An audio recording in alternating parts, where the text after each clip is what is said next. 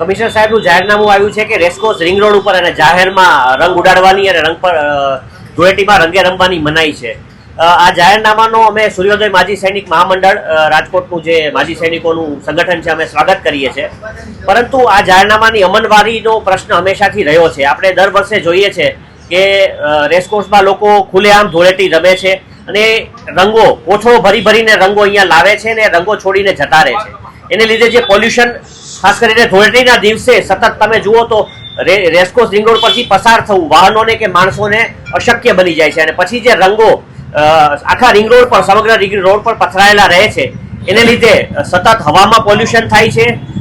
એને રંગોને ધોવા માટે આરએમસીને મુશ્કેલી પડે છે અને જે લોકો સવારે પોતાની દિનચર્યા માટે મોર્નિંગ વોક માટે રનિંગ માટે અહીંયા રેસકોર્સ રિંગ રોડમાં આવે છે એમને પણ આને લીધે બહુ વધારે પ્રોબ્લેમ થાય છે. શ્વસન તંત્રના રોગો પણ થાય છે.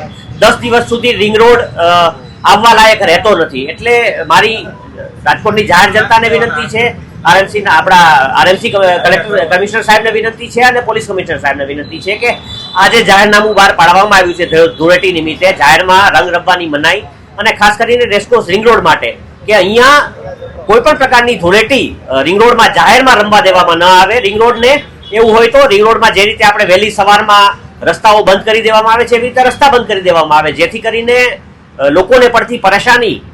ધૂળેટી એક તહેવાર છે અને તહેવારની જેમ ઉજવીએ. બીજા લોકોને પરેશાન કરવા માટે કે પછી પોલ્યુશનને 10 દિવસ સુધી રેસકોર્સ રિંગ રોડ કે જે રાજકોટનું ઘરેણું છે ત્યાં મૂકીને જઈએ એવું ના કરીએ. બસ એટલું જ કહ્યું.